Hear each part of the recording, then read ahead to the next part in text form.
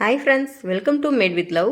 இன்றைக்கி ரொம்பவே சிம்பிளாக அதே சமயத்தில் ஈஸியாக செய்கிற மாதிரி ஒரு சாம்பார் தாங்க பார்க்க போகிறோம். நான் அதுக்கு இன்றைக்கி 1 டம்ளர் அளவுக்கு துவரம் பருப்பை நல்லா ஒரு 2-3 வாட்டி கழுவிட்டு வேக வச்சு எடுத்துக்கலாம். ஃபஸ்ட்டு நம்மளுக்கு பருப்பு வேக வச்சு எடுத்துக்கணும். நல்லா கழுவிடுங்க. பருப்பு 2-3 வாட்டி கழுவிட்டு அப்புறமா நம்ம தேவையான அளவு தண்ணி சேர்த்து வேக வச்சுக்கலாம். தண்ணி கொஞ்சம் அதிகமானாலும் நம்மளுக்கு ஒன்றும் இல்லைங்க. நம்ம அந்த பருப்பு தண்ணியை சாம்பாரோடு மிக்ஸ் பண்ணி சேர்த்துக்கலாம். இப்போ காயப்பொடி, மஞ்சள் தூள், அப்புறம் 2 ஸ்பூன் அளவுக்கு ஜீரகம். நான் சின்ன ஸ்பூன் தாங்க வச்சுருக்கேன், அதனால் 2 ஸ்பூன் சீரகம் சேர்த்துக்கிறேன். அப்புறம் கொஞ்சமாக வெந்தயம் சேர்த்துக்கோங்க. அப்புறம் ஒரு 4 ட்ராப் அளவுக்கு நெய் சேர்த்துக்கிறேன். நீங்கள் விளக்கெண்ணெய் சேர்த்து கூட வேக வைக்கலாங்க. பருப்பில் உள்ள கேஸ் ஃபார்ம் ஆகாமல் இருக்கும், அதுக்காக விளக்கெண்ணெய் சேர்த்தும் வேக வைக்கலாம். நெய் சேர்த்து வேக வைக்கும்போது நம்மளுக்கு குக்கரில் பருப்பு தண்ணி வெளியே வரைக்கும் வரும். அந்த மாதிரி இல்லாமல் இருக்கிறதுக்கு ரொம்ப நல்லாயிருக்கும். இப்போ நம்ம சாம்பாருக்கு தேவையான அளவு புளி கொஞ்சம் ஊற வச்சுக்கலாம். பருப்பு வேகிற வரைக்கும் ஊறட்டும். நல்லா ஒரு 4-5 விசில் விட்டுருங்க. அப்போ தான் பருப்பு நல்லா குலைவாக வெந்திருந்தால் தாங்க சாம்பாருக்கு டேஸ்ட்டாக இருக்கும். நீங்கள் பிகினர்ஸாக இருந்தீங்கன்னா உங்களுக்கு இந்த சாம்பார் ரொம்பவே யூஸ்ஃபுல்லாக இருக்குங்க.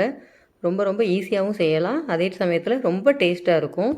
தோசைக்கு சாதத்துக்கு எதுக்குனாலுமே இதே சாம்பாரே போதுங்க.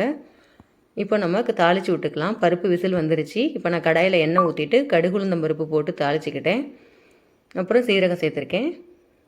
இப்போ சின்ன வெங்காயம் சேர்த்துக்கலாம். சின்ன வெங்காயம் தொலி மட்டும் உரிச்சிட்டு அப்படியே சேர்த்துக்கோங்க. சாம்பாருக்கு ரொம்ப டேஸ்ட்டாக இருக்கும். கட் பண்ணணும்னு அவசியம் இல்லை. வெங்காயம் வதங்கிக்கிட்டு இருக்கும்போது ஒரு 3 மீடியம் சைஸ் தக்காளி சேர்த்துருக்கேன். அந்த தக்காளியும் நல்லா உப்பு மட்டும் லைட்டாக சேர்த்து வதக்கி விட்டுக்கோங்க. வெங்காயம் தக்காளி சீக்கிரமாக வதங்கிடும், அதனால் கொஞ்சமாக உப்பு சேர்த்துக்கிறேன். வெங்காயம் தக்காளி நல்லா குலைவாக வதங்கணும், அதுக்கப்புறமா தான் நம்ம காய்கறிகள் சேர்க்கணும். நான் இப்போ கொஞ்சமாக மல்லி செடி மட்டும் சேர்த்துக்கிறேன். பாருங்கள், நல்லா வெங்காயம் தக்காளி இந்த அளவுக்கு வதங்கியிருக்கு. இப்போ காய்கறிகள் நம்மளுக்கு விருப்பமான காய்கறிகள் சேர்த்துக்கலாங்க. நான் இன்றைக்கி கத்திரிக்காய், முருங்கைக்காய், கேரட், அவரைக்காய் சேர்த்துருக்கேன். நான் இது போக தடியங்காய் இருந்தாலும் சேர்ப்பேங்க சில சமயங்களில். அது ரொம்ப சூப்பராக இருக்கும். ஒரு 100 கிராம் அளவுக்கு மட்டும் சேர்த்தா போதும். சாம்பார் செம்ம டேஸ்ட்டாக இருக்குங்க. கல்யாண வீட்டு சாம்பார் மாதிரி வாசம் இருக்கும். இன்றைக்கி கிடைக்கல, அதனால் நான் இந்த காய்கறிகள் மட்டும் சேர்த்துருக்கேன். இப்போ நம்ம திரும்ப மஞ்சள் தூளும் காயப்பொடியும் சேர்த்து இந்த காய்கறிகளை நல்லா எண்ணெயிலேயே வதக்கி விட்டுக்கணும். ஒரு 2 நிமிஷம் வதங்கினோடனே மஞ்சள் தூள் காயப்பொடி சாம்பார் தூள் சேர்த்துக்கோங்க. நான் 3 ஸ்பூன் அளவுக்கு சாம்பார் தூள் சேர்த்துருக்கேன். உங்கள் காரத்துக்கு தகுந்த மாதிரி பார்த்துக்கோங்க. நல்லா இந்த சாம்பார் பொடியவும் எண்ணெயிலேயே வதக்கி விட்டுக்கணும். இப்போ இந்த ஸ்டேஜில் நம்ம பருப்பு வேக வச்ச தண்ணி இருந்தால் கூட அதை சேர்த்துக்கலாங்க. இன்றைக்கி எனக்கு பருப்பு கரெக்டான பதத்தில் வெந்திருந்தது, அதனால் தண்ணி இல்லை. இப்போ நான் கொஞ்சமாக தண்ணி சேர்த்து இந்த காய்கறிகளை ஒரு 5 நிமிஷம் அளவுக்கு சிம்மிலேயே வேக வச்சு எடுத்துக்கணும். நல்லா கொதிச்சிட்டு இருக்கும்போது காய்கறிகள் ஓரளவுக்கு வெந்த உடனே கொஞ்சமாக புளி தண்ணி சேர்த்துக்கோங்க. புளி ரொம்ப சேர்த்துட வேண்டாங்க, கொஞ்சமாக மட்டும் சேர்த்துட்டு இப்போ நம்ம இந்த பருப்போடு இந்த காய்கறிகளெல்லாம் நல்லா மறுபடியும் வேக வச்சு எடுத்துக்கலாம். பருப்பு பாருங்கள் நல்லா குலைவாக வெந்திருந்தது. இப்போ நான் இந்த ஓரளவுக்கு வெந்த காய்கறிகளை இந்த பருப்போடு சேர்த்து நல்லா மிக்ஸ் பண்ணி விட்டுக்கோங்க.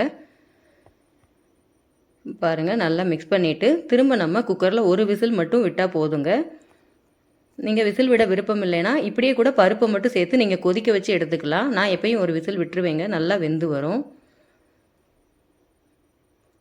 பாருங்கள், ஒரு விசில் வந்தவுடனே ஆஃப் பண்ணிடலாம், அவ்வளோதான்.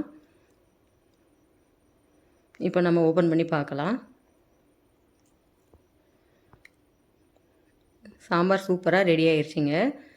காய்கறிகள்லாம் பக்குவமாக வெந்து நல்லா குலையாமல் நல்லா வெந்து வந்திருந்தது. இப்போ நம்ம ஃபைனலாக மல்லிச்செடி தூவி இறக்கிடலாம். நல்லா இப்போ மிக்ஸ் பண்ணி பார்த்தோன்னா பாருங்கள், அடியில் பிடிக்காமல் நல்லா வந்துடும். காய்கறிகள் முருங்கைக்காய் எதுவுமே குலையலைங்க, நல்லா வந்திருந்தது. இதே மாதிரி அளவுகளோடு நீங்களும் ஒரு தடவை ட்ரை பண்ணி பார்த்துட்டு எப்படி இருக்குன்னு எனக்கு கமெண்ட் பண்ணுங்கள். நீங்களும் இதே மாதிரி தான் சாம்பார் பண்ணுவீங்களான்னு எனக்கு கமெண்டில் சொல்லுங்கள். இந்த வீடியோ உங்களுக்கு பிடிச்சிருந்தா மேட் வித் லவ் சேனலை லைக் பண்ணுங்கள், ஷேர் பண்ணுங்கள், கமெண்ட் பண்ணுங்கள். மறக்காமல் சப்ஸ்கிரைப் பண்ணிக்கோங்க ஃப்ரெண்ட்ஸ். தேங்க்யூ.